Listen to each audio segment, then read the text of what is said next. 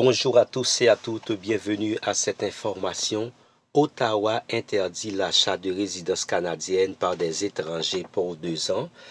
Et l'achat des propriétés résidentielles canadiennes est désormais interdit aux investisseurs étrangers pour une période de 2 ans. De cette façon, le gouvernement fédéral souhaite stabiliser un marché immobilier fragilisé par la pandémie.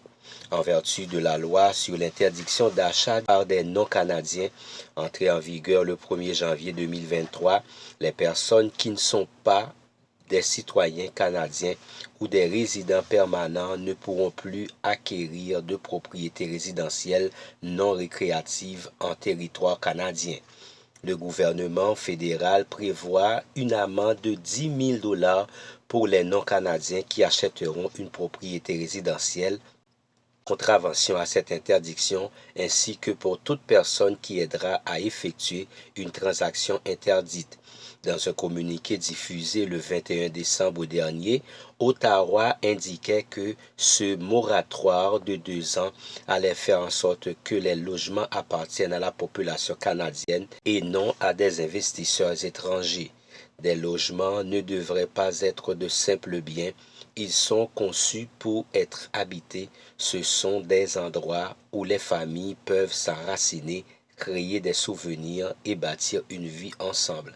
Nous continuerons de faire tout ce que nous pourrons pour que tous les résidents du pays aient un logement abordable qui réponde à leurs besoins, avait déclaré Ahmed Hussein, ministre du Logement, de la Diversité et de l'Inclusion dans le même communiqué. Sanctionnée le 23 juin dernier, cette loi avait suscité la grogne de certains acteurs du milieu immobilier qui affirmaient que le gouvernement canadien avait donné peu d'informations aux promoteurs, aux constructeurs et aux avocats quant aux conséquences de ce moratoire.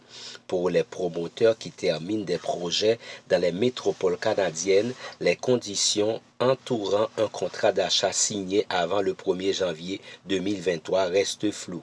Plusieurs soutiennent n'avoir eu aucune nouvelle d'Ottawa à ce sujet. Si des experts avaient reconnu l'intention en matière d'abordabilité derrière le projet de loi, certains avaient avancé que son application n'allait pas toucher que très peu de transactions. Des détracteurs avaient également affirmé que le prix à la hausse des maisons canadiennes était davantage influencé par la rareté de l'offre que par la demande étrangère. Selon la Société canadienne d'hypothèques et de logement SCHL, le Canada doit construire au moins 3,5 millions de nouveaux logements d'ici 2030 pour espérer un retour à l'abordabilité. C'est la fin de cette information, une information qui mérite d'être partagée à tous vos proches, surtout ceux-là qui ont fait des projets d'avoir leur propre maison en 2023 et qui ne sont pas canadiens, qui n'ont pas encore la nationalité canadienne. Donc ce ne sera pas permis jusqu'à 2025. Bonsoir à tous, à la prochaine.